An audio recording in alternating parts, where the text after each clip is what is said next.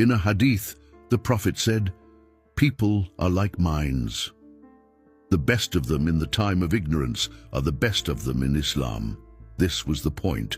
Coal and diamond both come from the same carbon, but what changes them is the conditions they are exposed to. Both men had the same carbon, unshakable will and passion, but the way they responded to Islam determined the outcome of that carbon. The carbon in Abu Jahl turned into coal and became fuel for the fire. The carbon in Umar became a diamond, and he became Umar al-Faruq, one of the brightest names in Islam.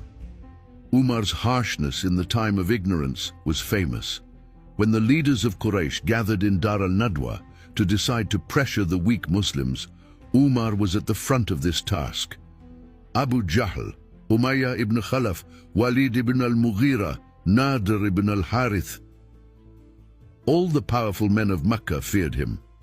When Umar walked, those who saw him from afar thought he was riding an animal. That was how powerful and strong his presence was. Mothers would calm crying children, saying, "Sleep now, or I will give you to Umar."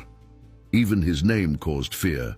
So when the Prophet said, "O Lord, grant me one of the two Umars," he was asking Allah to bring this strength, this determination, this sincerity into the service of Islam. But notice something. He did not say, "Give me Umar." He said, "Give me one of the two Umars." This small detail teaches a great lesson.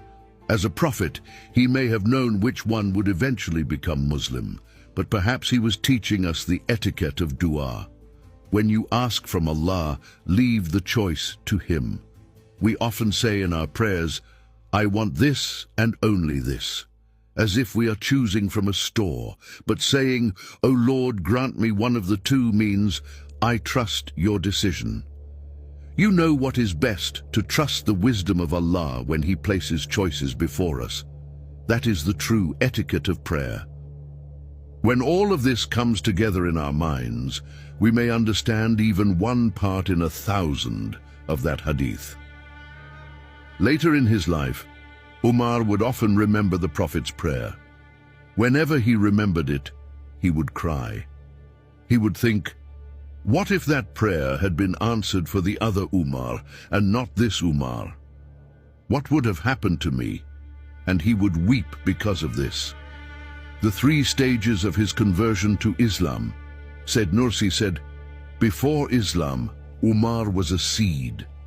After Islam, Umar became a great tree. Normally people think Umar became Muslim in one single moment, but in reality Allah knows best. His transformation happened in 3 stages. Umar had 2 freed slaves, Amr bin Rabi'a and his wife Layla bint Abi Hasma.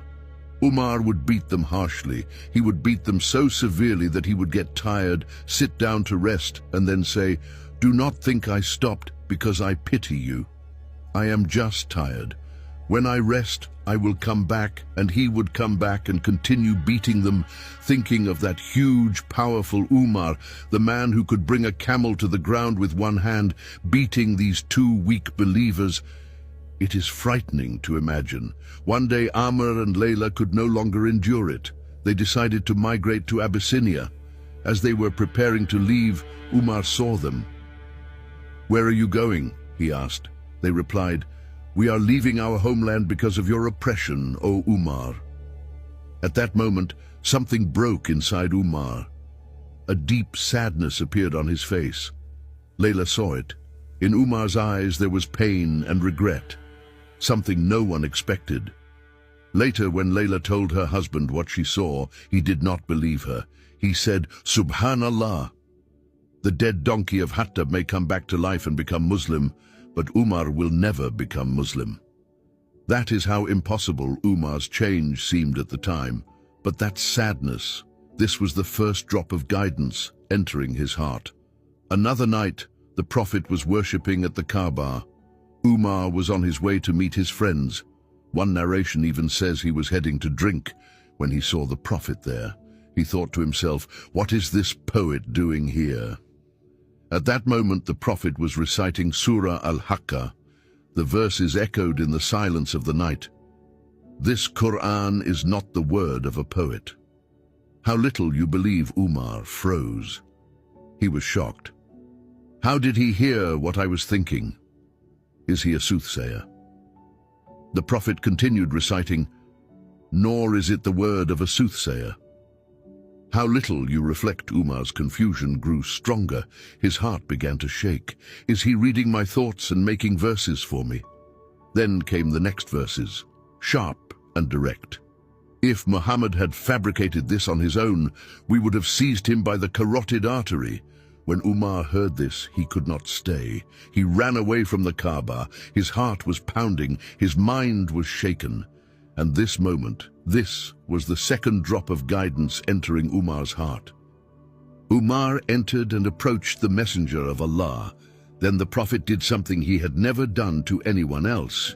He took Umar by both sides of his collar and shook him, saying, "O Umar, will you reject the Quran as Abu Lahab did? Has the time not come for you to believe?" Right there, Umar recited the Shahada. Later in his life, Umar would say, "When the Messenger of Allah shook me, I felt faith settle in my heart at that very moment." Umar went on the road planning to kill the Prophet, but he himself was the one brought back to life. As soon as he believed, he acted like Umar. He said, "O Messenger of Allah, they are false, and we are upon truth, are we not?" He had just accepted Islam, yet he asked, "Then why are we hiding? Should we not stand up to them?" The Prophet replied, "O Umar, you are not just the son of Khattab. You are Umar al-Faruq." Faruq is one of the names associated with the Quran. It means the light that separates truth from falsehood, right from wrong. This is when Umar received the title al-Faruq. Later, the Prophet would say, "O Umar, Satan does not walk on the path you walk."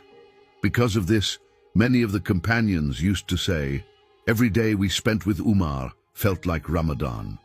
Just as the devils are chained in Ramadan, when Umar walked the streets, Satan could not take a single step.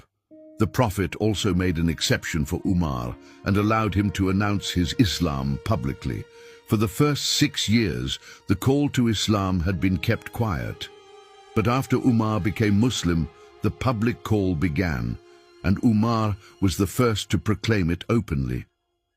As soon as he received permission, Umar went to the homes of Umayyah ibn Khalaf, Abu Jahl, Walid ibn al-Mughira, and all the leading figures of Mecca.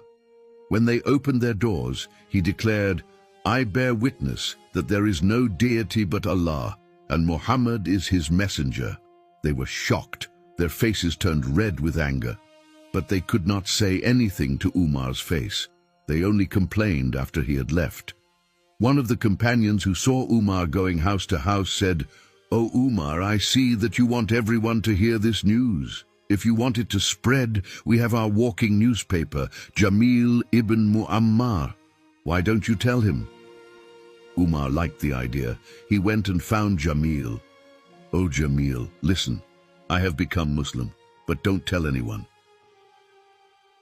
Within just a few hours, all of Mecca heard that Umar had accepted Islam. Since the people were already gathered, Umar stood before them and openly recited the Shahada.